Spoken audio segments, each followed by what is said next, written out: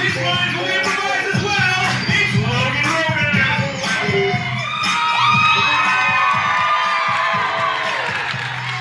Good evening, ladies and gentlemen. Welcome to the Off-Broadway Theater for Laughing Stock All-Stars! I don't know if I need to ask, but are you guys ready to have a good time tonight? So are we. This is the night we look forward to all year long, Laughing Stock All-Stars. So the first thing I want to see, by your noise and applause, how many of you have seen Laughing Stock before? That is so great. I got 3 really cheap cheers in a row. I'm excited. Well, for those who are new, what you're going to see on our stage tonight is unlike anything else you've ever seen before. Because every single night, this is unlike anything else we've ever done before. This is improv comedy, which is comedy without a script. The actors on our stage are going to act out comedy sketches based off of your suggestions. So at various times throughout the night, I'll step down here to the audience and I'll ask you for suggestions. For example, I might ask you for a list of emotions. If I was to do that, you just start shouting out things such as angry, happy, passionate. What else? Distraught. Is that what you said? Okay. Well, so let's get some from back here. What do you guys got back here? Murderous. I'm coming back in front. Okay. I might ask you for a type of transportation other than an automobile. You would say? Ostrich. What is that? A rickshaw. A 3-legged donkey. Oh. And a Canadian. Why not? I've never been to Canada. I didn't know that. But you know what, ladies and gentlemen, have fun coming up with your suggestions. The more fun you have coming up with them, the more fun our actors are going to have acting them out for you on our stage. Now, we will not necessarily use all the suggestions we hear. We try to keep things fresh, use things we have not heard before. So if we don't use the first thing you shout out, just keep coming with more suggestions. We'll try and get through as many as we have time for tonight. Now, I should let you know that we do have one rule here at the Off-Broadway Theater. Because we have no script, we cannot guarantee anything our actors are going to say, but we try very hard to keep everything clean and family-friendly. But it's going to be up to you to make sure that we do that tonight. If at any time during the show you feel that one of our actors has just crossed that line of gone taste, gone way too far into a style of humor that just has no place whatsoever in a family-friendly theater, we need you to call for foul. We do that by shouting the word foul. All together on the count 3. 1, 2, 3. Foul! I, as the MC, will then decide if the foul is warranted. If it is, the actor will have to apologize to you in a very humiliating fashion. But, ladies and gentlemen, we hold the same high standard to you. If we feel at any time during the show you've crossed the line of good taste with your suggestions, we may call for foul on you. Now, we do not have a set protocol for what we do to audience members we call fouls on. Thankfully, it does not happen very often at all. But if it does, trust me, whatever we come up with will be incredibly embarrassing. Your friends here will mock you mercilessly for weeks to come, and that first date you're on will not evolve into a second date. So heed that warning. Plus, the foul will probably be decided by the very malicious Russ Peacock. So that was another cheap cheer. I'm excited. Because tonight is a very special night. In case you didn't already realize it, for tonight's show we have assembled the greatest comedic minds from Laughing Stock's long history ever since Laughing Stock started up back in 1994. So you guys are in for an awesome treat tonight. So let's get things started. Give some warm round of applause and welcome out your friends and mine, the Laughing Stock All-Stars!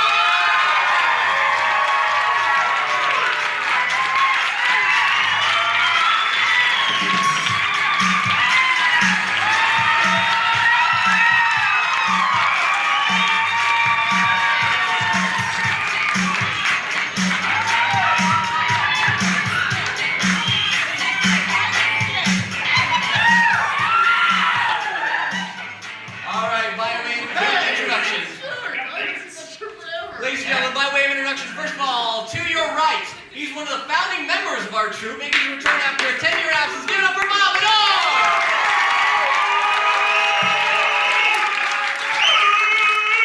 Yes, he can! Next up, ladies and gentlemen, he is... He'll be back in larger numbers. Alright, next up, ladies and gentlemen, he is the man. If you've ever had someone else say, "You the man," they are lying because it is him, Mr. Zac Zumbrunnen!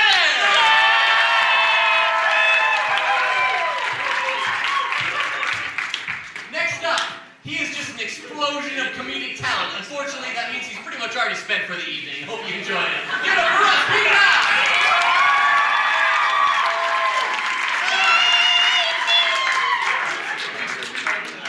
He appears to be going for some kind of like a paramilitary. I don't know what it is. He's my army recruiter. She buys it for me, I wear it. I'm done with it. I was probably from like Ross Dress or something. I don't know. Give it up for Eric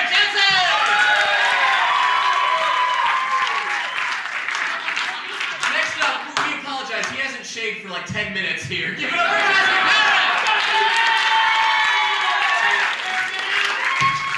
And finally, very ineffective at hiding his secret identity as Superman. Give it up for Shawn Zumbrunnen!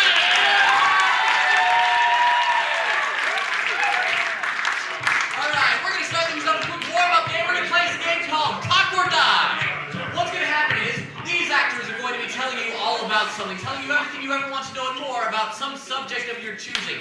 What do you want to know more about tonight, ladies and gentlemen? Marbles. Marbles! Out of all those suggestions, that's the one we're going with. Marbles! They're going to be telling you everything you ever want to know about marbles. We'll have them point to an actor. As soon as I do that, actor will begin speaking on the subject of marbles. They will continue to speak the entire time I'm pointing to them until I switch to a different actor. That actor will then pick up precisely where the previous actor left off, even if it's mid-sentence, even if it's mid-word. Now, ladies and gentlemen, we need to make sure that we do that they pick up right where they left off. Any of the actors fail to do any of these things. If they fail to talk the entire time and point to them, if they fail to pick up precisely where the previous actor left off, like if they just start a new sentence altogether, then we need you to shout out, die. So let's practice that all together on the count of 3, 1, 2, 3. Every time you do that, every time it scares the crap You can't out dye of your you. hair anymore. Every time it does it, an angel bursts into flames. It's true. All right, so we're gonna hear. It's Christmas. We're gonna hear everything you ever want to know about marbles. Maybe they'll all live, maybe they'll all die. I don't know. We're gonna start right here. Marbles originated in ancient Greece when the goddess Androphenese dropped down the molten lead pods of glass and spilt them into spheres, and she boiled each one of them, blessing each one and saying, "You shall be hope, and you shall be despair, and you shall be a cat's eye." And she took the marbles, and marbles, and marbles, and more marbles fell from the sky, and the mortals took them, and they said, "Thank you, gods, for this gift that we Have received, and God said, I love you no more. But I gave him steel. and bread and manna." God's always made a lot of times for his Then the Titans, because of the marble accumulations, rose up from Hades and slipped, finding no traction upon their feet because they didn't have the sand. So then, shut the hell up. Which I did because God told me to shut the hell up. And so, wait, I put marbles in. my mouth.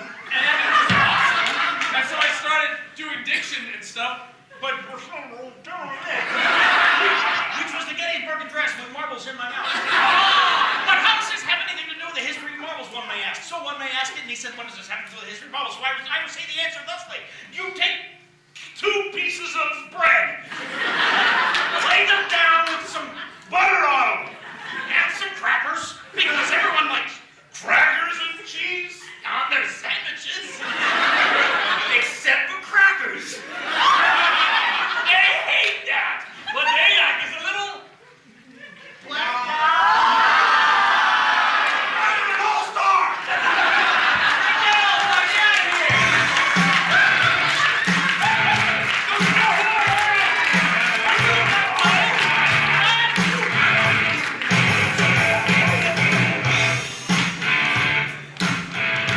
Awesome.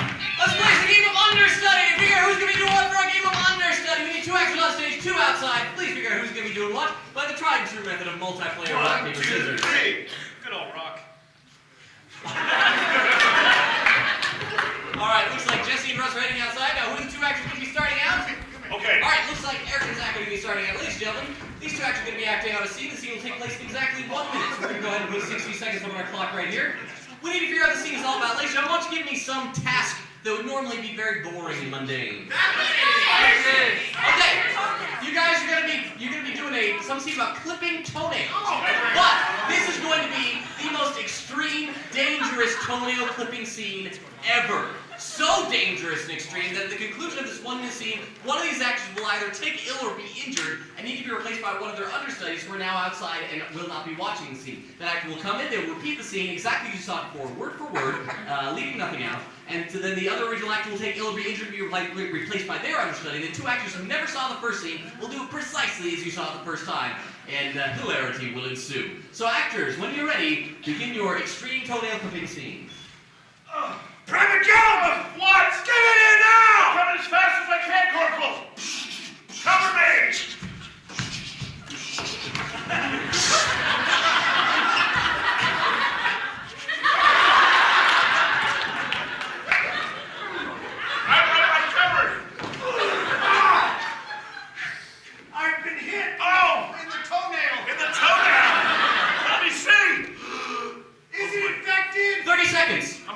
I'm afraid that toenail has to go. Take that shoe off and get to him with your teeth. Oh, now I can see it. Okay. All right. This is gonna hurt you a lot. Yes. I wanted to let you know. What? 15 seconds. While we were in the foxhole, Yes. I've always noticed. What? You're so sexy. 10 seconds. He died. 5 seconds. You're a mess. You're in the 1 minute game. All right, how you guys feeling? How you feeling? Hey, Eric, Zach, how you guys feeling? I'm Hey, good. he cured my bullet wounds with CPR. He's I good. pushed the bullets out. He put it out of my mouth. No, not somewhere. I just love how your CPR wasn't so much mouth to mouth, it was like mouth to cheek. You know what? That's because we're not married. We don't even understand.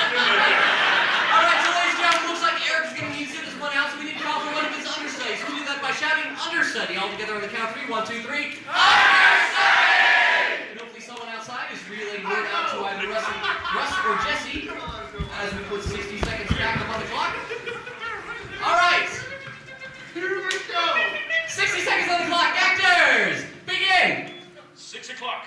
Come in. Oh, good. Ah. Hi, Corporal. Oh, well, hello, Captain. Hey. Oh no. What's that over there? The Ruskies. Yeah. Shoot at him. Okay. Now, look. Cover me, Logan. Cover me. No, hey. Hey. Right now, shoot all the people. Hey. 30 seconds. Holy crap! I'm here. I'm uncovered. All right, Well, that grenade really hurt, didn't it? well, not so much. It bounced off. Really? It bounced off? Yeah. Well, here comes another one. Holy crap! Get down! 15 seconds. Okay.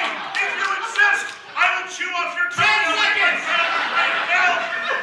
What do you tell me? What is it? 5 seconds. I've always loved you.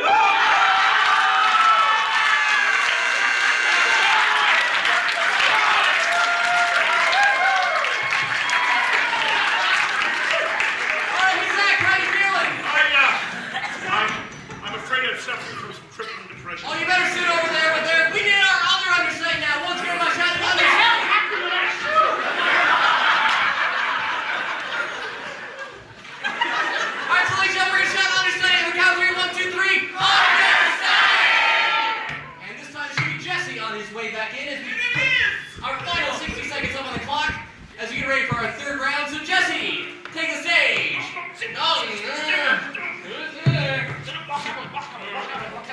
and begin!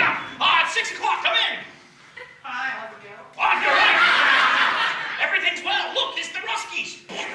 Oh, they're dead. No, it's okay. Come over here. A little bit of speed. It's the army. Don't worry. I'll cover you. I'll kill them all. Holy Drew Barrymore! I don't understand it either. It's crazy. Here, get in the cover. 30 seconds! Are you going to kill me with your brain? Well, no, but that grenade might point. Is that right? It bounced off. But that one won't. I'll get it.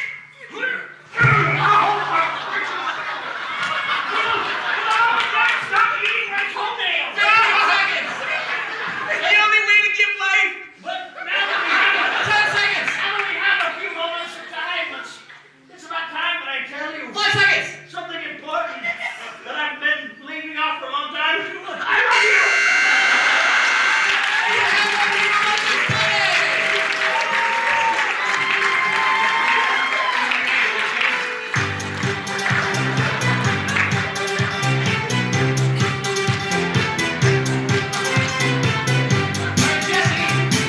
Eric, you okay? Shake it off, pussy boy. Oh! I just can't get it up. Take it back on. All right, so Jesse, as you know, according to the bylaws of the Code of King Carlson Memorial Charter of 1872, I am obligated to ask you, what was that scene all about? When Stephen King wrote Firestarter. Close enough! Toenail clipping! That is correct!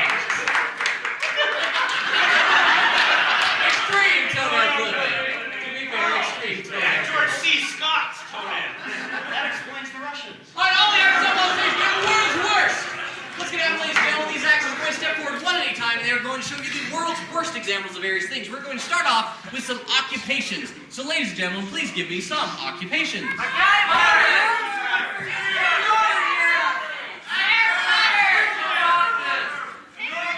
Actors! Okay, one of the first occupations I heard, I guess not really an occupation, but it was superhero. Superhero. Let's see, the world's worst superhero. I'm Procrastination Man, and I will save you tomorrow. Oh, here you go, Billy. Here's the ashes of your puppy I got from the tree. Sorry, heat vision. Human Torch? Human Torch. No, there's an extra P in my name.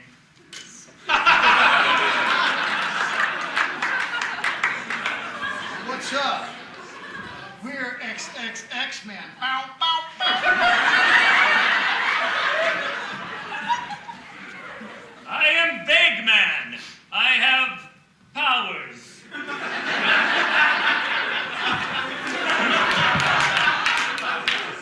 I am the champion of white trash everywhere. I am the Juggalo. Back to Magna with you. I'm Man-Man. I have all the powers of an actual man, and I am invincible. I am Redundancy Man. Prepare to be fatally killed to death. I am More Man. The power of the Holy Ghost. All right, on that note, we're going to change up. This time, ladies and gentlemen, if you could have any job in the world, what would be your dream job to have? Astronaut. Astronaut was the first one I heard. Let's see, the world's worst astronaut. Oh, I've got gas.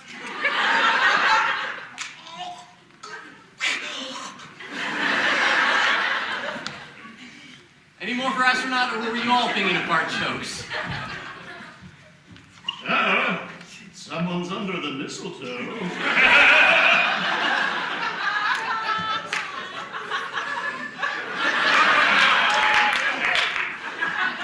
Johnson, you've got to lose some weight. I know. I know this organ's really cramped my style. All right, let's switch up again. This time, ladies and gentlemen, what would be a job that you would never want to have in a million years? Garbage man. Logan Rogan. Not a job. I did hear someone say milkman in there, so let's see, the world's worst milkman.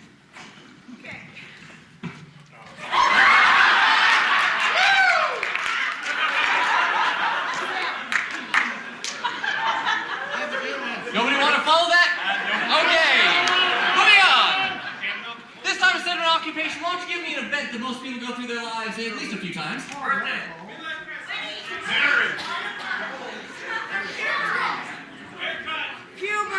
Scout camp. Oh, how about that? Going to scout camp. World's worst thing to have happen. Except that. Keep on your mind. Except that. World's worst thing to have happen at scout camp. That's no better. Oh, this says mosquito compellent.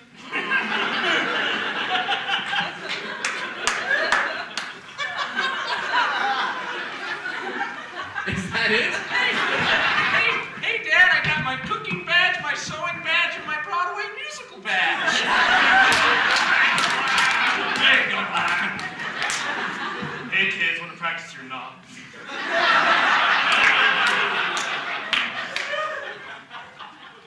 The snipes took Timmy.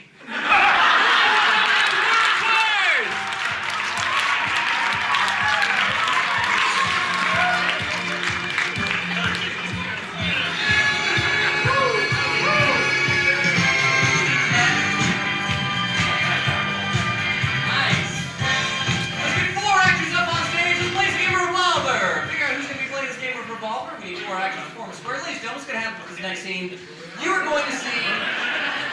There we go. Didn't even need rock, paper, scissors.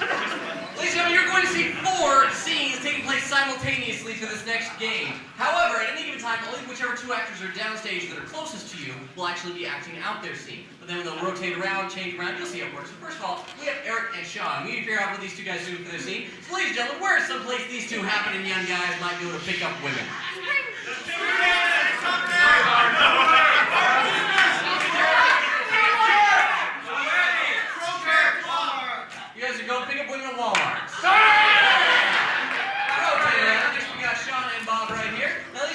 of reason, these two might have an argument other than money or women. Underwater basketball. Okay, I guess you do that. Women made out of money? Oh, we're making women out of money? Yeah, you're making women out of money. All right, rotate around. See what else money can buy. All right, for this next one, give me, first of all, a figure from history, please.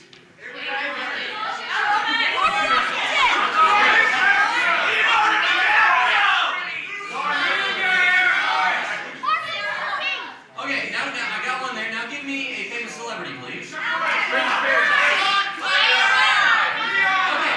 you guys are going to be showing us the time that Sean Connery met Julius Caesar. That is your scene. Sean Connery meeting Julius Caesar. Rotate around one more time here. All right, ladies and gentlemen, give me some really cool hobby that these two would be participating in. All right, you guys are building a model airplane. You guys are building a model airplane. All right, so rotate back around the beginning. So let's review these scenes are. Walmart picking up chicks. All right, rotate around. What's your scene? Making women out of money. Okay, rotate around. What is your scene? Julius Caesar and Sean Connery. Okay, rotate around. What is your scene?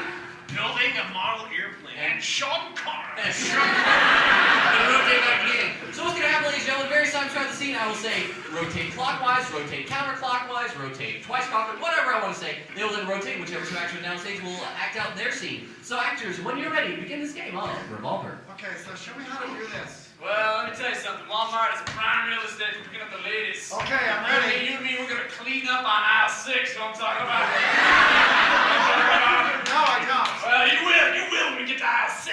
You have. Hey, you're hot. No, you gotta play cool. Okay. Here, take the card. Okay. Oh, my baby fell out of the car back there. Rotate once clockwise. I rolled a natural 20. This one's gonna be hot. Right on. Well, as the GM of Making Women Out of Money board game, made by Gary Gygax, I have to inform you that roll also means that you got a critical failure. What? No. Just like every. She's gonna be beautiful. It's a critical failure, just like every other time you've tried to make a. Rotate once clockwise. I gotta say, these are some of the best salads and orgies I've ever seen. Why, thank you, Sean. If I can call you Sean. You can call me Sean all day, Caesar. Promise me you'll have my back today when I go to the Senate, all I right? got your back all day. I gotta take a nap after I have a little shower. Understood. I'm wearing a new cologne though, it's brute. Rotate once clockwise.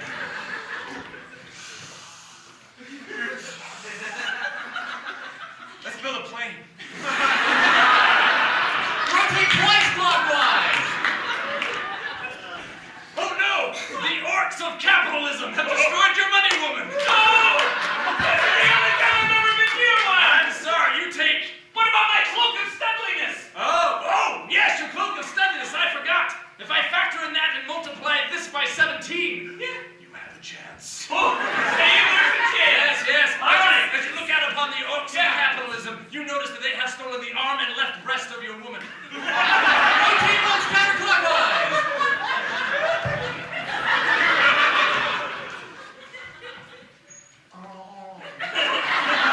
Oh, sorry, that's a dude. I was really?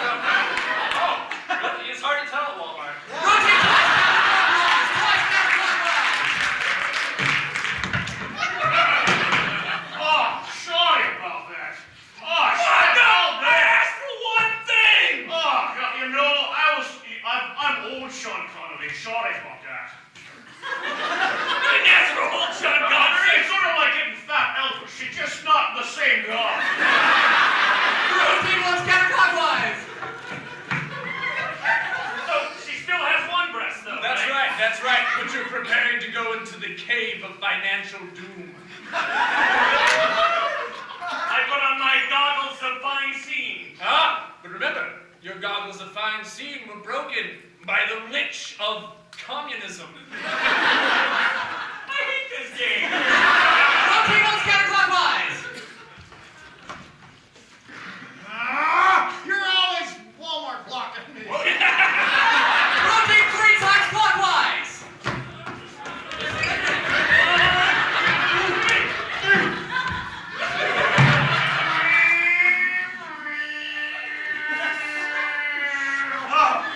Jimmy. I see 4 of them.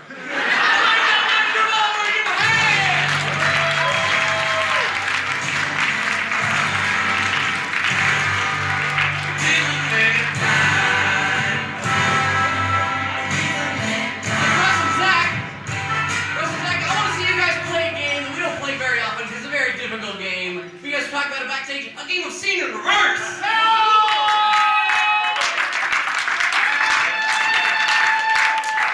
Alright, so ladies and gentlemen, what's going to happen? These two actually will be starting out a game of scene in reverse, and anyone else who wants to join, feel free to do so. So we need to figure out something terrible has just happened to these two. Something catastrophic. What has happened to these two guys? Drop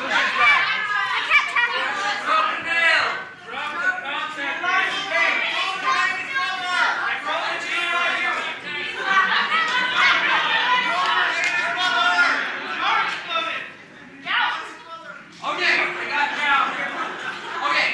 We're going to combine two. There was a bank robbery, and at some point, someone had gout.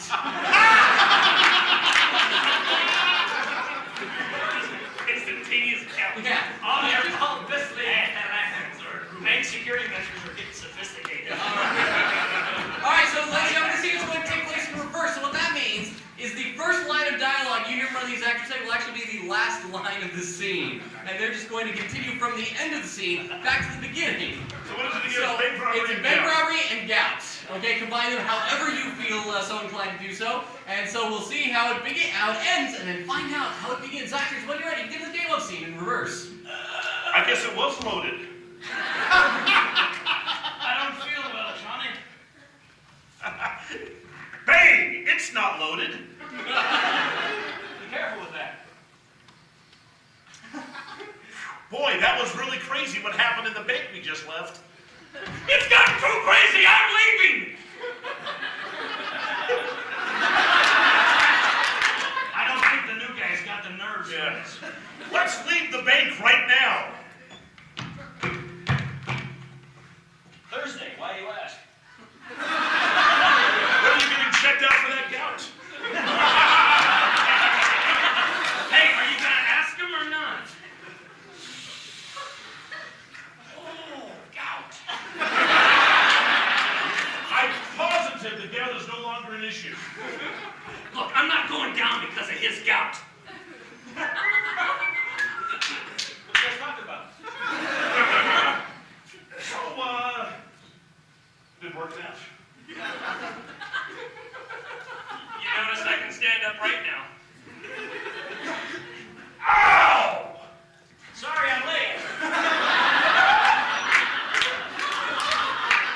So, is your sister available?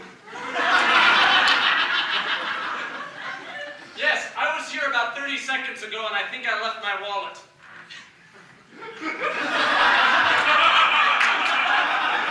Oh, look at that idiot that left his wallet coming back in now. Hey, look what I found. Is that what I think it is on the ground? Oh, I'm so late. You guys are gonna kill me. Okay, I'm here to make a bank transaction. I sure hope I don't forget my wallet. You forgot the notes? You're gonna get mad at me. Don't get me because something, you told me to take care of something. You'll never guess what it was that I did. I'm so glad you're here. It's good to see you, Jim.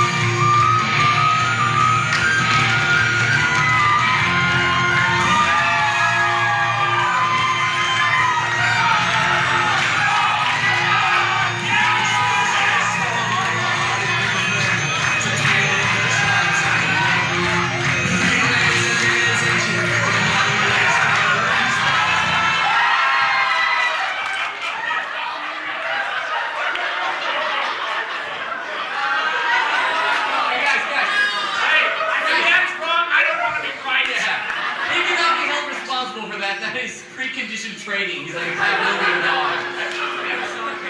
That's his trigger song. Yes. I don't know why that's what we trained him to do. He's singing the song. Seems like a good idea at the He's time. like an indoctrinated Irish spy.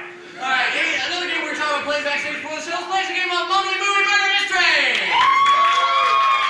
One actor on stage, two outside. Figure out who's going to be doing what for this game. So, ladies and gentlemen, what's going to happen for this next game? A murder has taken place. A murder most foul. And we're going to decide all the details of this murder as soon as two actors vacate. Looks like it's going to be Bob and Zac are heading outside. And so once they are out of earshot... Once they're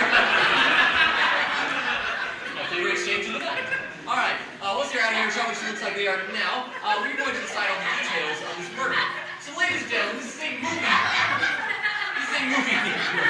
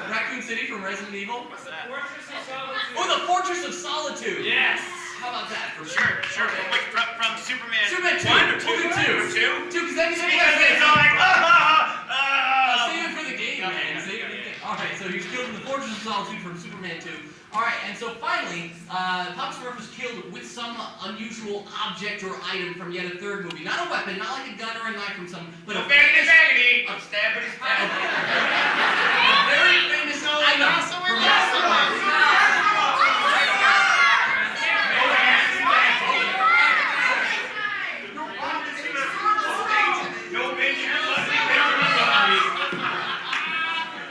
Okay, I heard one. This one might be a bit difficult, so tell me if you don't like this, we gotta back up.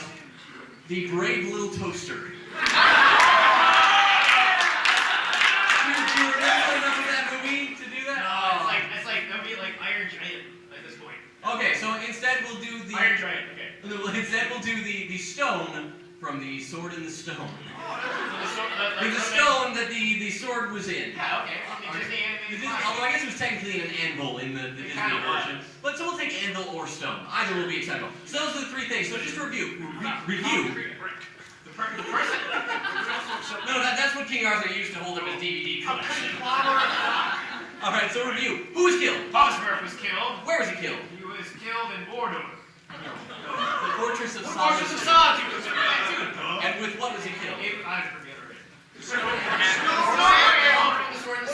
Okay, so now, Lisa, what's going to happen is that Jesse's going to have to communicate to the two actors who were outside did not hear those It's things. going to be popcorn. But it'd be too easy if he could just say them. Yes. So instead, he's going to only be able to communicate using pantomime and gibberish. Uh-huh. Okay? So the gibberish for Jesse will probably be just like Swash, swash, swash, swash, swash, stone in the stamp. Swash, swash, swash, halfway through the game before the gibberish just turns into Scooby-Doo speak. All right, so ladies and gentlemen, let's get Jinkies! Don't you do that. I actually miss you very, very well. This is to make me look sexy. Is it working? All right, so ladies and gentlemen, what's going to happen is we're going to call back one of our actors. Jesse will have to communicate using pantomime gibberish to that actor what those three things are. After he's done that, that actor will... Holy cow, he's sexy! You're like the Sarah Palin of Superman. It's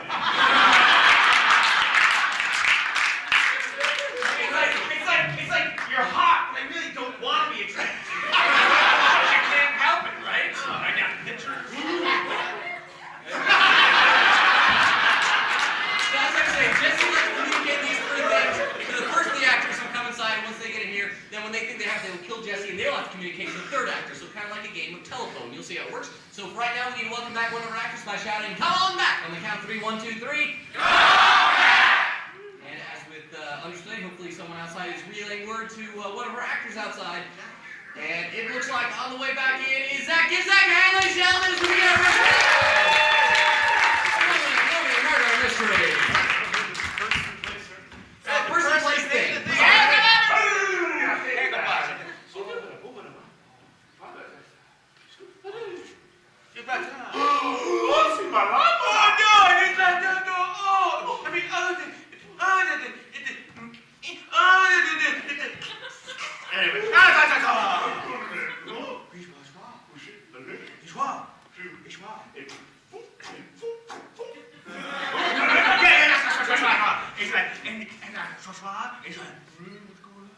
Hey, what up, man? What up?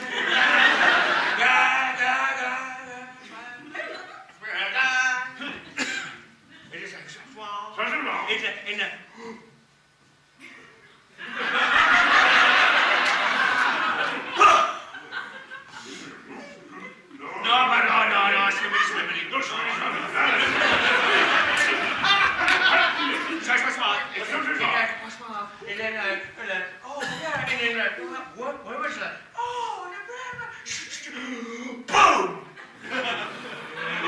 And then another guy's like,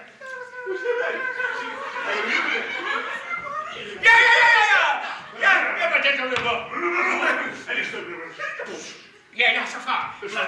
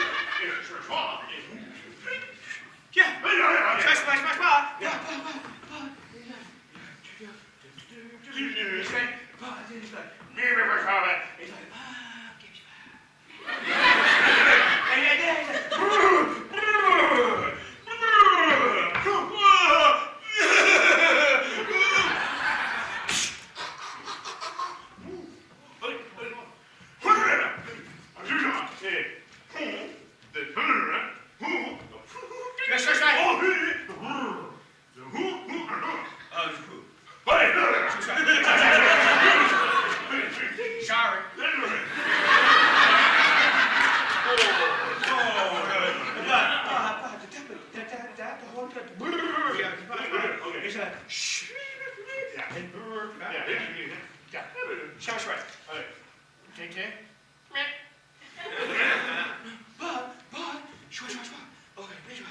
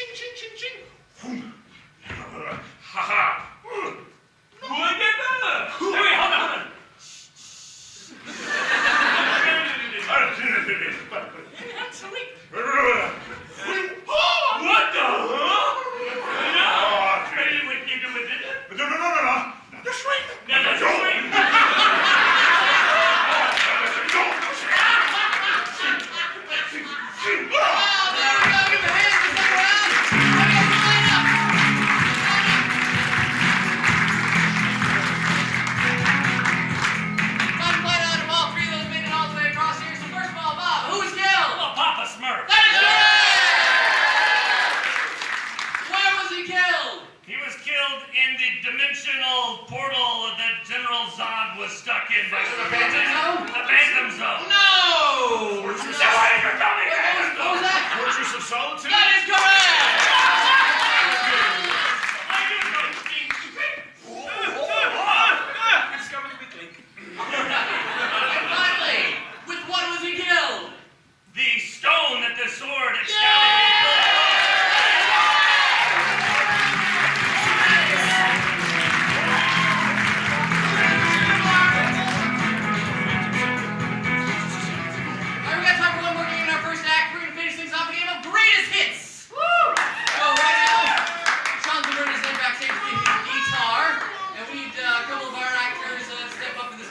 couple on the couch. One to maybe join Shawn perhaps. We'll figure out who's going to do what. Ladies and gentlemen, you may have seen some of those late-night cable infomercials advertising the greatest hits of various music genres, the greatest monster rock ballads, the greatest hits of the 80s, the greatest hits of this or that or whatever. We're going to show you now an infomercial for the greatest hits, but not of like a musical genre or a period of time, but of a certain occupation. So what occupation would you like to see the greatest hits of?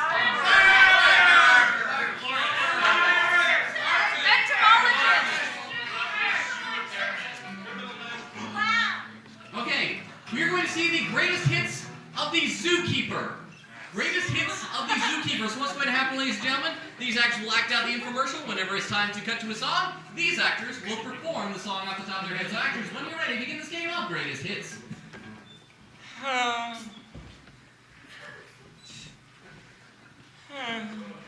Hey, what's up? Oh, hey, Stefan. Thanks for wearing black. Yeah, I felt bad about the polar bears. I know. Man, that was a bummer. This isn't what I signed up for in zookeeping. Yeah, what did you sign up for? The music.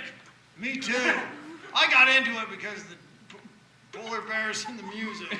Oh, well then you're probably more bummed about the death of the polar bear than I am. Yeah. But maybe this will cheer you up. A cake? Yes? What's it? What? Yeah, it was all a ruse. A Barbie doll inside the cake? Yeah? Oh, wow, a mixed CD tape. Yeah! Well, it's on a memory stick. Let's put it in the... It has all the greatest hits. Of all the Zookeeper hits. Yes! I love zookeeping stuff. It sure makes you talk loud. I'm just excited. And I have a hearing disorder. Thanks for bringing that up. I don't realize how loud I'm talking, but ha ha ha, way to go, Defo. I'm also blind. I'm reading the screen and there's Braille. It has my favorite hit on it. Zookeeping hit. What's it called? Bipolar bear. Let's give it a listen. I'll hit play. Thank you.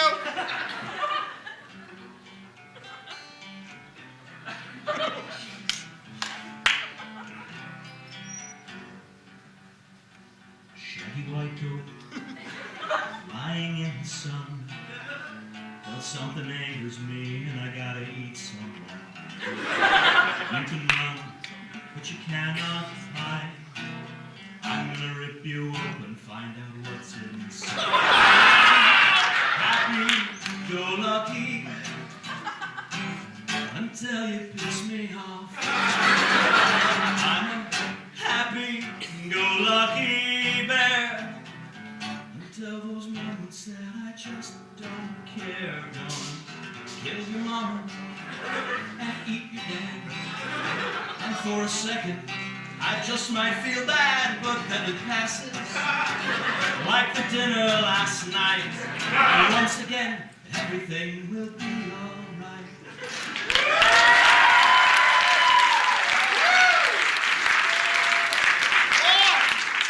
That was absolutely fantastic. Couldn't hear it, just had my hands up to the speakers and could feel it. But you know, it's not all about good times. What? I sure wish I would have washed my hands after I used the bathroom. But that did it.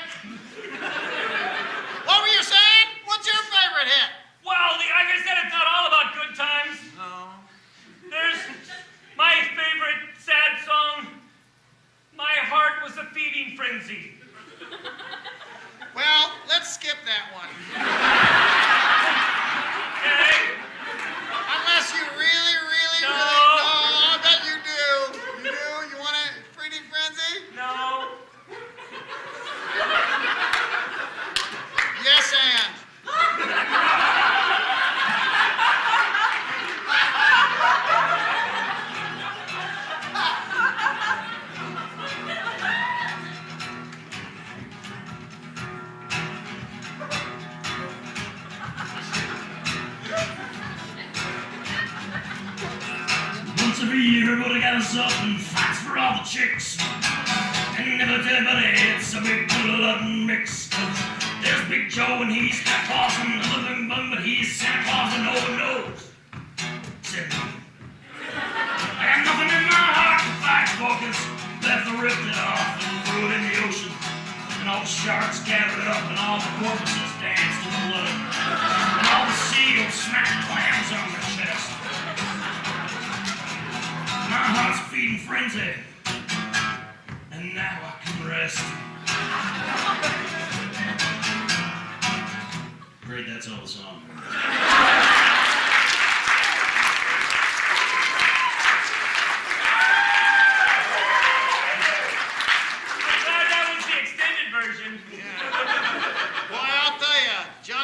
Never sounded better.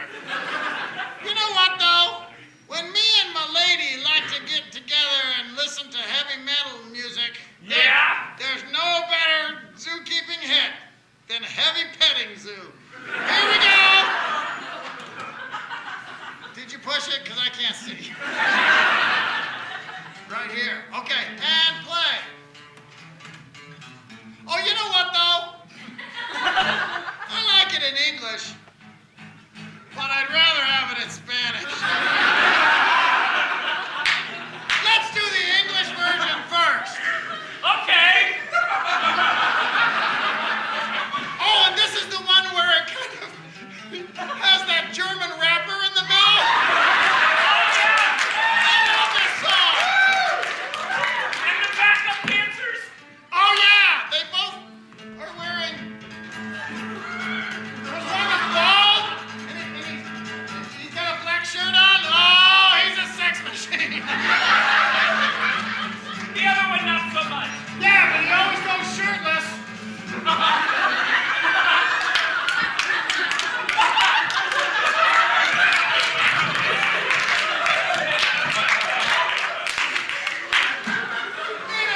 Either that or in a lady's dress. Anyway. I want to recap this song real quick. Yeah, so this is called Heavy Petting Zoo, and there's... The English version, then the Spanish version, And there's a German rapper in the middle. and backup dancers. Let's play.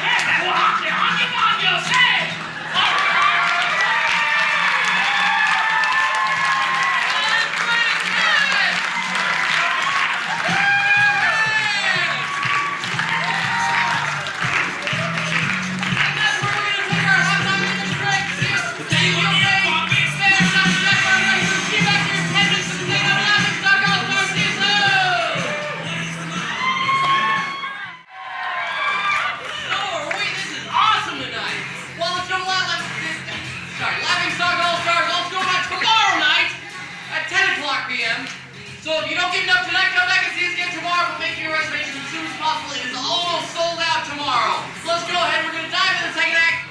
With Laughing Stocks, we're just going to start off the game of Bad Advice. So someone will come out here. Ladies and gentlemen, first of all, give us a hand as we welcome back the Laughing Stock All-Stars!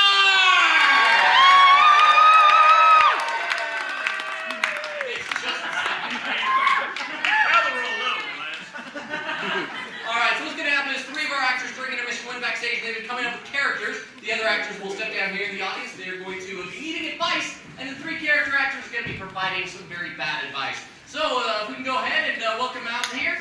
Ladies and gentlemen, give a hand as we welcome out our bad advice givers!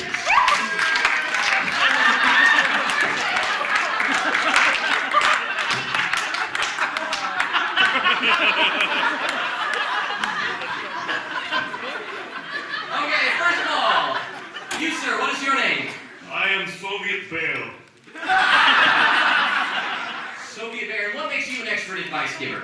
Well, I rend human beings from their limbs and flesh only when they are in long ordered lines waiting for bread. That helps you give advice? Yes.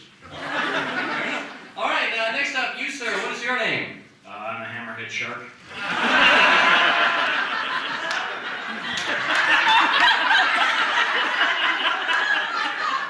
Do you have a name? Derek. All right, well, Derek, the hammerhead shark. What makes you an expert advice giver? Oh, I'm a feared predator of the oceans. And my chair's unstable. There's a little gutter in the ground there. I'm out of my element, so that doesn't surprise me. That's not surprised. Are you able to breathe up here? I have a scuba tank. So what makes you an expert advice giver? Did I already ask you that? I'm a feared predator. That's right, that's right. You need that. You need to be able to turn to a feared predator. And finally, You're a predator anonymous. and finally, you, sir, what is your name? My name is Grog. I am recently divorced caveman from prehistoric Sesame Street. All right, I'm the recently divorced caveman from prehistoric Sesame Street. What makes you an expert advice giver? Oh, I have been through hell. But I have learned wisdom of recent divorce.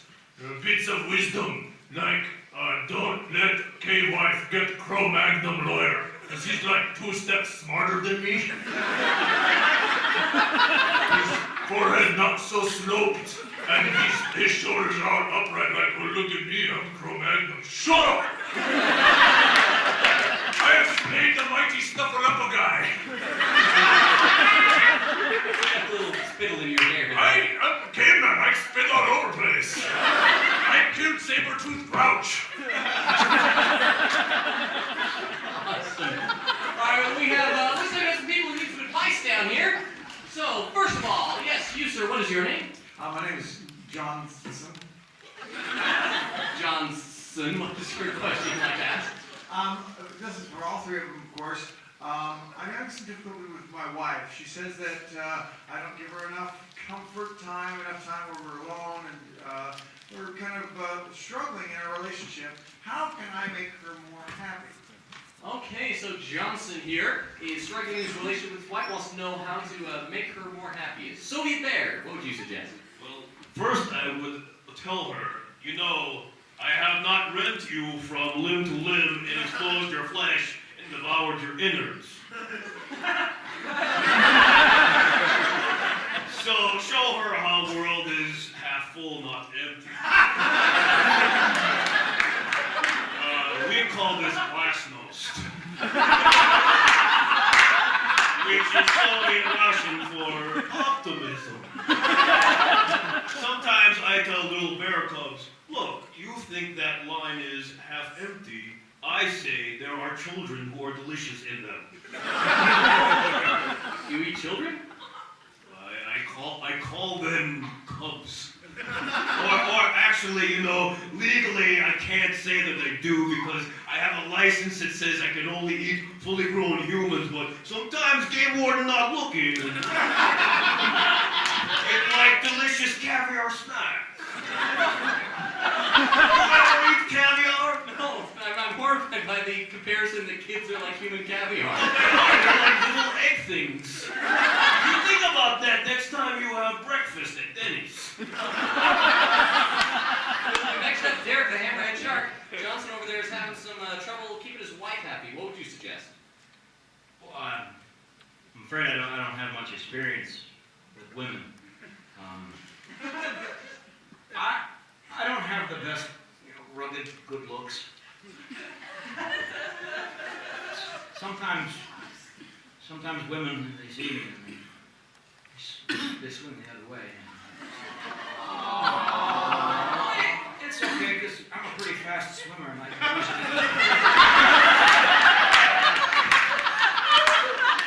it. But women like soft, cuddly things. So maybe a baby seal. So good, so good. They are. Babies are the best. It's hard to give a baby seal because you just want to keep it. Yeah, oh, your eyes are so cute and adorable and delicious in my mouth.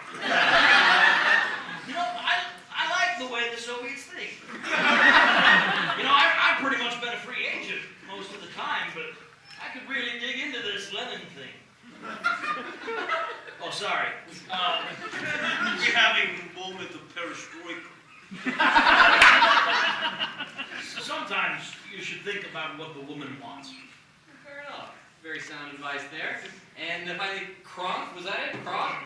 Yes. Kronk. That's Now, correct. I imagine you, of course, have a lot of experience with the ups and downs of relationships Yes, with you your got wife. to learn from Grog's mistake. You know, because let me tell you, like, average day, a married gay man, I go out, crack the dawn, I go out, hunt snuffleupagus, I kill it, I drag it back, which is a feat because it's got like 10 prehistoric Muppeteers inside. I drag back the cave, I cut it up, prepare it for food, make fire, because that's what cavemen do. Wife put it on fire, protect wife from saber-toothed grouch, and then I have like 10 minutes. And usually I will go to sleep, but my wife is like, hey, you know, you should clean the cave too. And I'm like, you're right, thanks for making me better caveman. So it's important to listen. It's important to listen to gay wife. Grog don't listen, you know. And she's got it really good, I mean, you know, she's got it together after divorce. I mean, you know, she's dead because she was now killed by saber-toothed grouch, but she's got it pretty together, so. Fair enough. All right, let's see. We got another question down here? All right, we got a couple of questions. Let's see if we can hurry through these last two real quick. Yes, you, sir, what is your name? My name is Clarkson. All right, Clarkson, what's your question? Yeah, I've been recently having this argument with my neighbor. Part of our fence fell down, and he says it's my kid's fault. I say it's his kid's fault, and we're having a hard time with how to approach him and say we need to, work together to build this fence. We're having this neighbor dispute. Okay, so he wants to know what about how to resolve this dispute with his neighbor over fallen fence. All right, let's see. What would you suggest, Soviet Bear? I think you should build wall. And when your fence fall down, you build a wall. And maybe what you do is you hire two kids from the ward, and you put them at a checkpoint, and you shoot anybody you leave. All right, next up, Derek. How to resolve a dispute with the neighbor over a fallen fence? What's a fence? It's like a big barrier separating his stuff from his neighbor's stuff. Oh, a net. First off, you have to agree who gets the tuna first. Because if there's a net, the tuna are going to go there, because that's what tuna do. And dolphins. Usually you can get to the dolphins first before they haul up the net. And then, all the PETA boats show up and they're like, oh, the tuna's not safe because the dolphins are eating all the nets. That's not true. What was the question?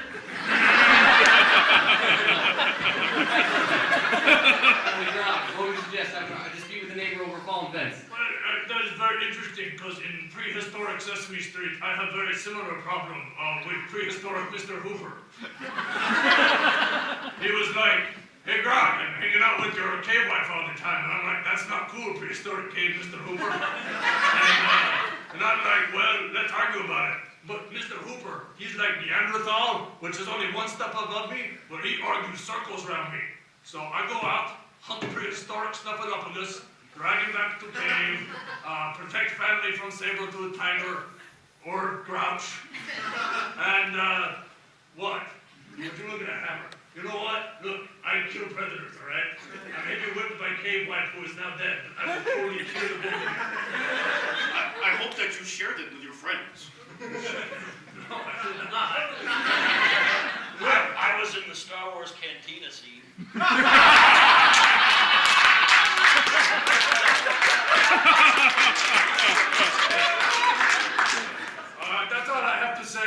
that. All right. We cave chairs on the inside. All right. One final question for you. Wrap this up really quickly. One last question here. Yes, you, sir. What is your name? Steve Stevenson. All right. All right, Steve, what is your question? I'm tired of being part of the 99%. I want to be one of the 1%. How am I going to get there? Get me there. All right, how to get success be part of the 1% with the greatest portion of the wealth in the country? Really quick answers here. What would you suggest, Toby Bear? Not communism.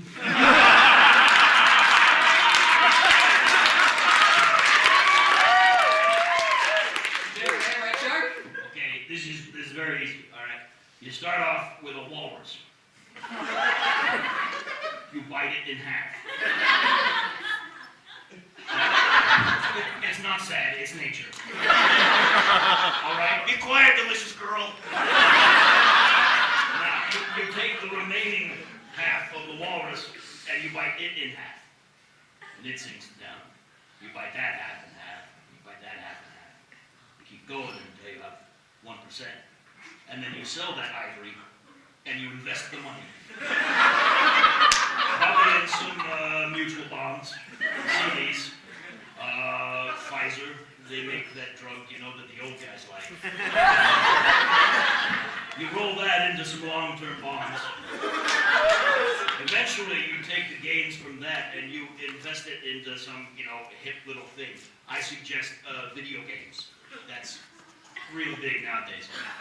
Then you take the money off of that and you invest it in real estate. But be careful not to fall for the real estate bubble thing of the mid 2000s, because that was a bad sign, right? You got to find the real things. You got to find the properties that have oil. So I would suggest buying Texas.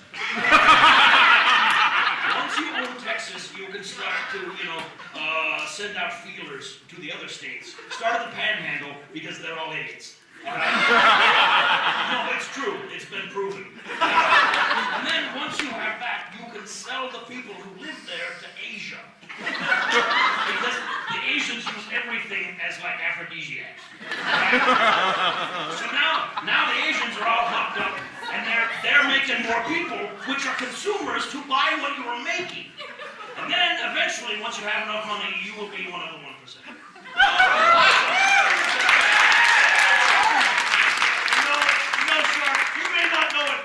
But you know economic policy. Buddy Grog, what would you suggest? Gentleman wants to become more successful, wants to become one of the 1%. Well, that is really interesting, because many times I would sit around campfire at the time 8, because that's what cavemen do, is make fires. And I would sit around with Bert and Ernie Monster. And after I killed Bert and Ernie Monster would eat all of Bert and Ernie. And so one day I'm like, hey, I'm gonna bake you some cookies. And he was like, these are pretty damn good. And so once I gave him cookies, he no longer tried to eat Bert and Ernie's. And so what you do is you go to all rich people and say, hey, instead of money, whatever that is, have some cookies.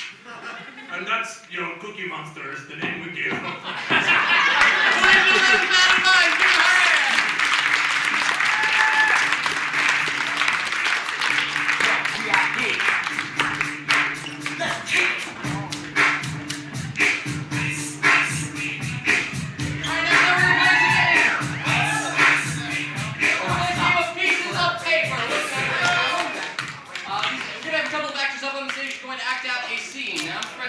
Along the front of the stage here. All these pieces of paper are written random lines of dialogue, so random in fact even I do not know what is written on them. As these actors act out their scene at various times throughout, they will reach down and pick up a piece of paper and read what is written on it as though that was exactly what they intended to say, and they will have to justify it within the context of the scene. So we need to figure out what the scene is all about, ladies and gentlemen. Why don't you please give me a famous event from history you would like to see accurately recreated on our stage other than a war? We get a lot of wars suggested. The play. When Chuck Norris became invincible. Okay. Out of the 3 suggestions, I heard one actual historical event, and that was the plague. Wait a minute. What were you saying? Chuck Norris is not invincible? That's when he became. Yeah, he always was. That's a good point. That's sort of like Nicolas' dad. All right, so we're going to see a piece of paper all about the plague. So actors, when you're ready, begin.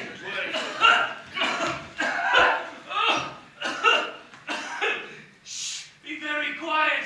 I'm hunting rabbits. There's one.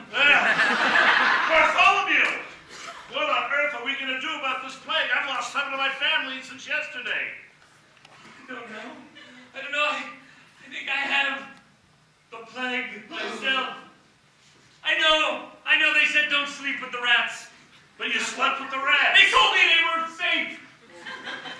Who told you that? Was it the rats? The rats! The 10 plague-ridden rats, talking rats.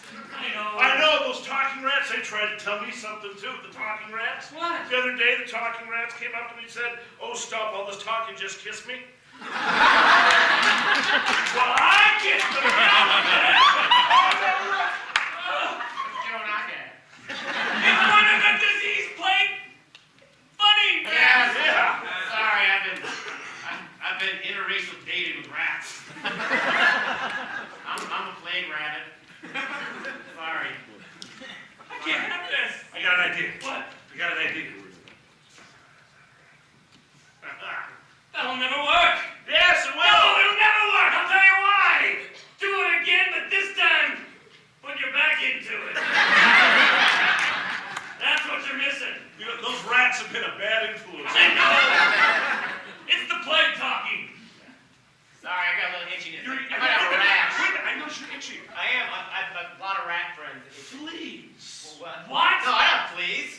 There are fleas. You shut your mic. No, wait a minute. It's not the rats giving the plague. It's the fleas on the rats. How did you deduce that just by pulling a flea off of his skin? I read a thing in the encyclopedia about it.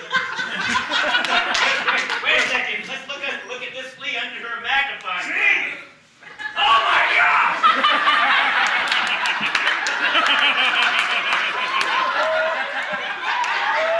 The flea is itching. The flea has fleas! Wait a minute! Let's look at this one under a microscope!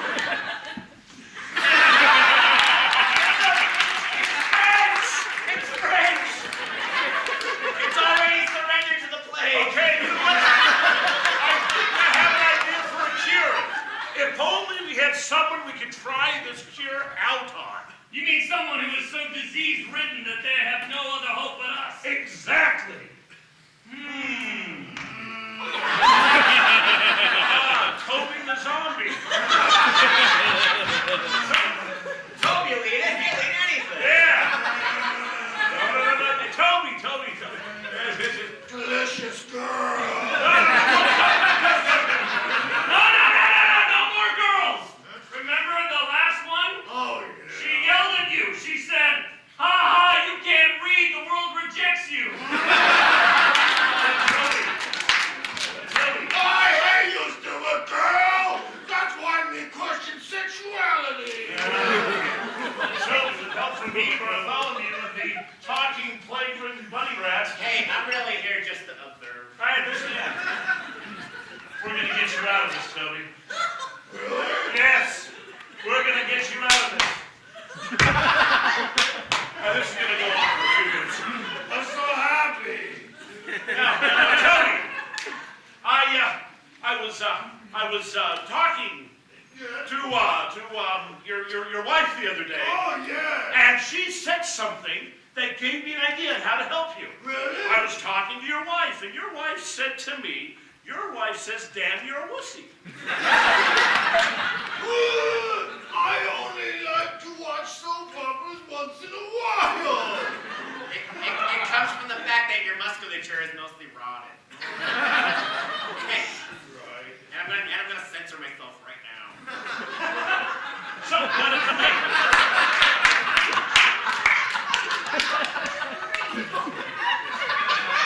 So, anyway, just drink that.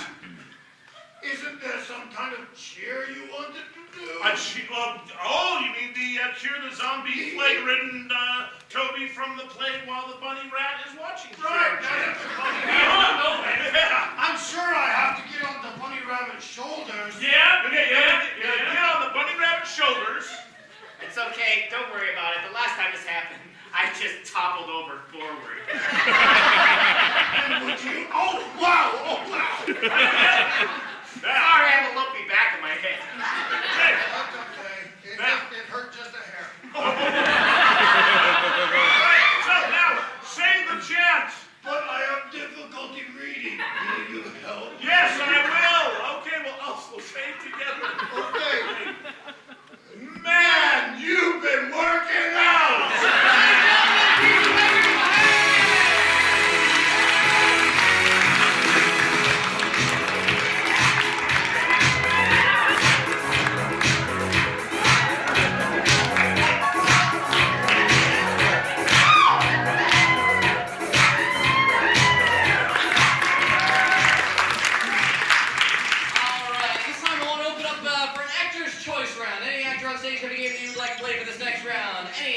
on stage. Yes, Russ, what game would you like to have us play next? Hide and seek. I meant an improv game. Oh, Improv. I've never played the same way twice. Yes, and hide and seek.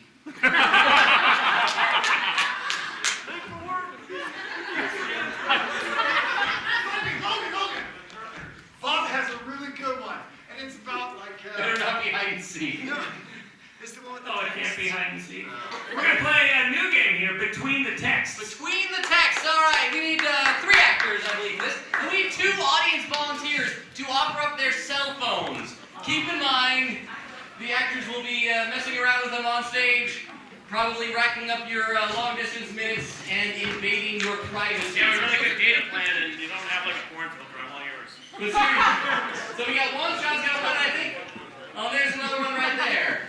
So emphasis on yes, they will be invading your privacy. They will be reading your text message history to everyone. All right, so we got me in between. So what's going to happen, ladies and gentlemen? These 3 actors are going to be acting out a scene as soon as this young lady shows Sean how to access the text. Oh, she's deleting it. She's not deleting her picture file. She's all like, All right, we got one of these. Okay. is your husband still home? All right, so now we got 2 cell phones here up on stage. Now, ladies and gentlemen, these 3 actors are going to be acting out a scene. When you figure out the scene is all about, ladies and gentlemen, Bob here in the middle, who does not have a cell phone, he is an expert at some really cool talent or ability. What would that be? Okay, tightrope walking. We're going to see some kind of a tightrope walking scene. Now, ladies and gentlemen, all 3 actors are going to be acting out the scene, but Sean and Jesse, their lines, they can only speak using sentences they find in the text message history of these 2 cell phones here. Or images. We should find out. And Bob, since he can say anything, he'll try and have to make sense with what they're saying to have it fit into the context of this tightrope walking scene. So, actors, when you're ready, begin. Okay, welcome to tightrope walking class. You 2 will be my best students. Cool. I'm glad you got attitude. Awesome. You 2 are going to be great. Now, we first start on the floor. You in line? No, online. On the line. Come, you walk. Foot in front of other foot. Will you check my couch for my keys? Good call. You don't want to fall on keys. 3, including myself. That's good. I was not going to include yourself. Now, you 2 walk together. A freaking men. Wait a minute, I think you're in the wrong class. North Dakota, South Dakota, New York, New Hampshire, Colorado, California, Arizona, Nevada.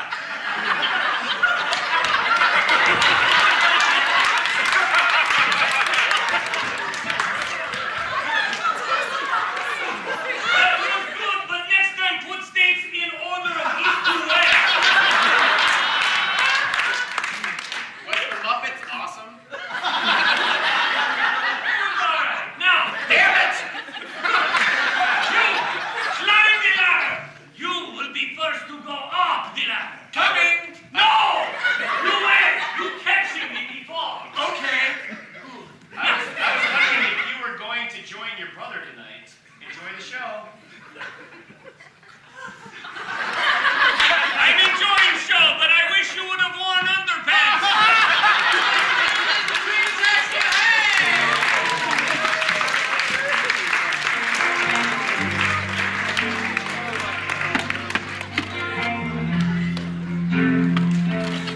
All right, we got time for a couple more games here. So we get ready to start to wind down the show pretty soon.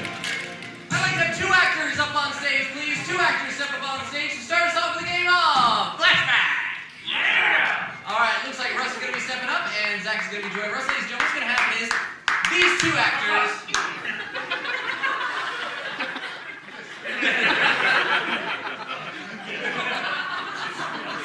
It's like a hug is Mission Impossible.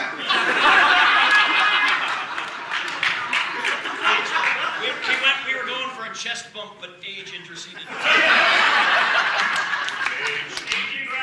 All right, so ladies and gentlemen, They're harsh mistresses. these two actors are going to be acting out a scene. Now, something really unfortunate has happened to one of these two actors. What would that be? They died. Dysentery. Dysentery! They died from Okay, one of you guys has just eaten too much popcorn. That is the unfortunate thing that's happening now. As these actors act out this scene, at some point, one of the actors will begin to reminisce about something that may have happened in the past, or talk about something that hypothetically happened in the future, or just talk about something completely imaginary altogether. When they do, they will make this sound and gesture. That will indicate that they have then flashed back to that point, so they will sit down, two other actors will take their place, and act out whatever it is they just flashed back to. So you'll see how it works with this great kind of chain of flashback scenes. So actors, when you're ready, begin your ate too much popcorn scene for this game of flashback. Pop, pop, pop. Challenge accepted. Oh, sweet. Okay, I bet you I can eat more popcorn than you All can. right, but I gotta warn you, I got Pop Secret kettle corn. It's sweet and goes down smooth. Okay. All right, now here's the rules. All of right, the challenge. rules. You can only eat popcorn while watching the remake of Conan the Barbarian. Excellent. Anytime there is fake blood spurting, you may purge. Otherwise, you must eat. Keeping it down that much, are we? Well, here's where it becomes interesting. If you purge into the bucket, it gets put back into play. Are you ready? I like this a lot better than your Slurpee eating contest. Now, wait a minute, you did not like my Slurpee eating contest? No, and again, it was with the rules. I especially hated the rules where that you had to drink the Slurpee while watching the Titanic reversed and while singing opera. Oh, listen, that was the best part, especially when you sang the third aria from La Boheme.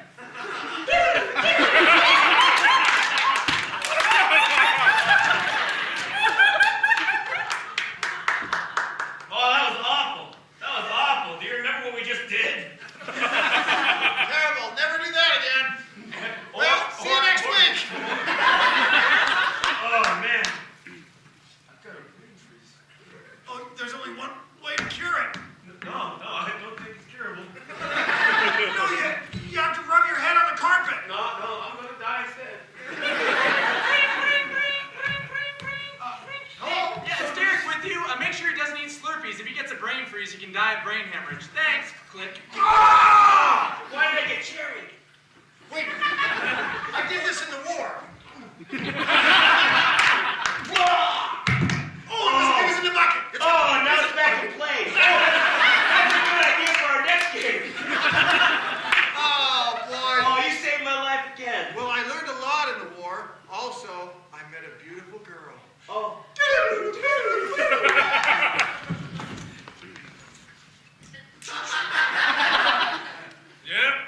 Yep, Siberian is not like... Hey, lady.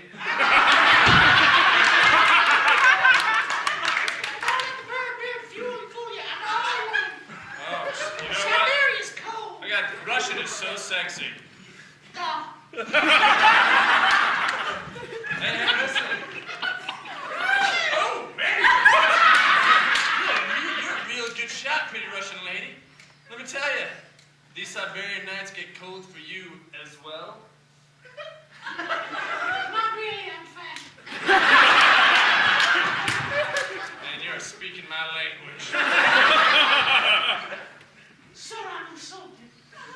What? I challenge you to a duel. All right, but we're not going to... Oh, jeez, these are a lot better than your last rules. Wait a minute. It's back in the plane. A man after my own heart. I can see our wedding. Wait, no, but I'm dying. I mean, you better do this fast. I would. Oh, that's because I know how. Listen, I don't want to die like I did in my last life. Hurry up, hurry up.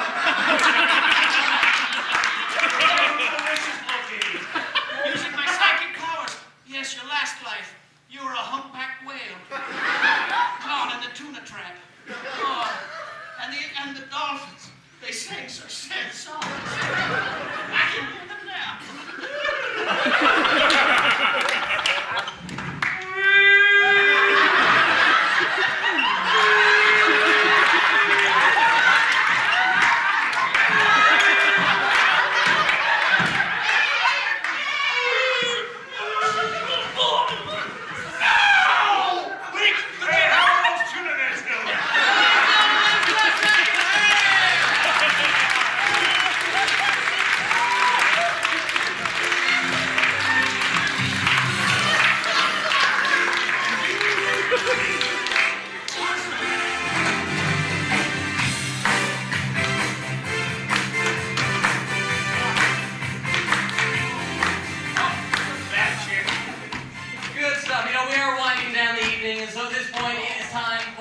our final game of the night. We just have time for one last game. So, that's okay, because we've got All-Stars tomorrow night at 10 o'clock. I'm coming back! So should you! Well, so can maybe like 2 rows of you, because that's like all the seats we have left for tomorrow night. So mob each other. Make it like Black Friday this morning afterward. Go to the box office. Get those tickets. All right, so Shawn, you want to go grab your guitar? We're going to end things with a game of rock opera. Let's get maybe 1 or 2 actors. However many want to start on the stage. I don't care. Ladies and gentlemen, what's going to happen is our actors are going to end things big with our very own original, made-up-on-the-spot rock opera. What we need from you is a title for this rock opera. We need a fictitious title, a short, 1-word title. Just make it up. Anything will do. Car talk. Cradle. All right, hey, Zach. The suggestion came from your little boy here. He says pudding is going to be, yeah, that's great. That's great. I like that. That is awesome. Good job, bud. All right, so we are going to see Pudding, the musical. So what's going to happen, ladies and gentlemen, is they act out the scene for this game of rock opera at various times throughout the scene. I'll hit this buzzer here. When I do, the last line of dialogue that was spoken will become the title and inspiration for a song that the actors will then have to sing. So it looks like Jesse's going to be starting off. So actors, when you're ready, begin your rock opera, Pudding. Here it comes again. Daily ritual. Is it good? I'm lactose intolerant.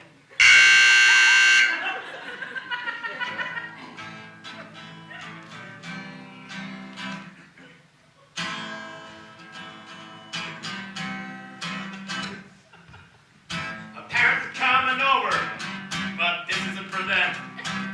I just hope I don't build up a whole bunch of phlegm. I get the highs, I get the shakes, I puke a bit, but I don't care if I am lactose intolerant because I tolerate you pudding. I tolerate you pudding. You're simmering on the stove, and I want to eat you. Who wouldn't? Because you're pudding. And I'm tolerant. Pudding.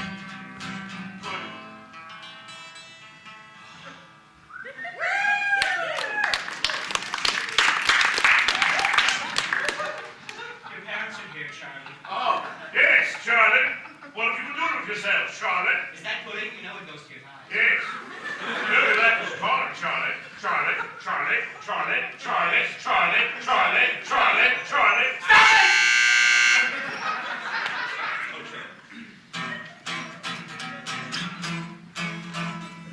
Charlie.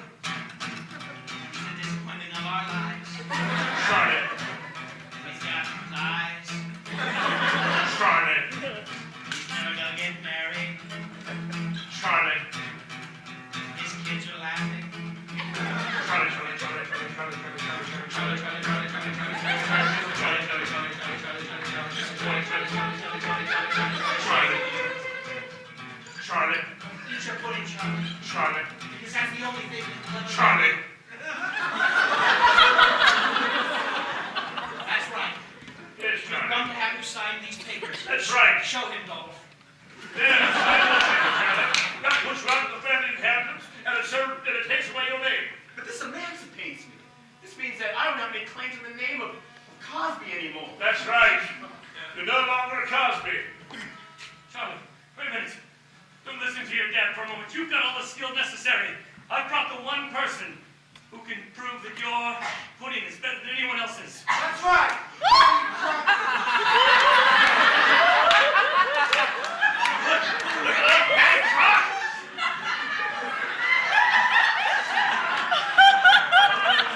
Give me that. No, I'm lactose intolerant. I know. 50 something dollars will not flatter me.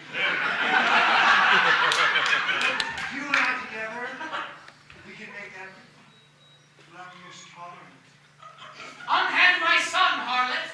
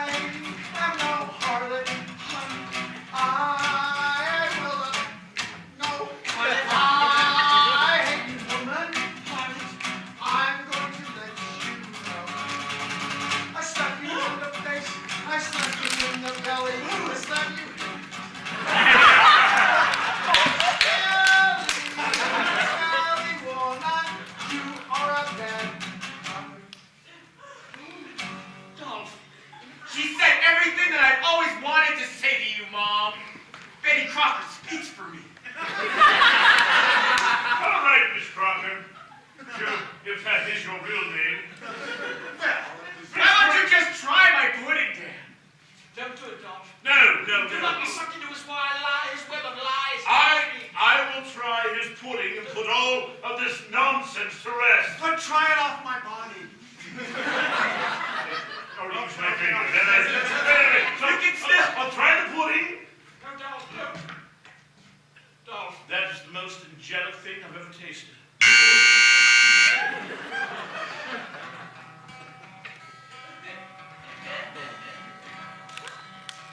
That is the most angelic thing I've ever tasted. Then the end.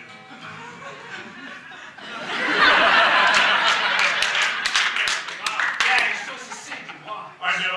Stranger, how dare you bring this man into our life? This woman into our life? Bring her here as a stranger. Don't you recognize me? Look closely, can't you see? Your own older son that you gave up on so long ago? You told me he died of milk poisoning. That's what they wanted you to believe. I never died. Chad, is it really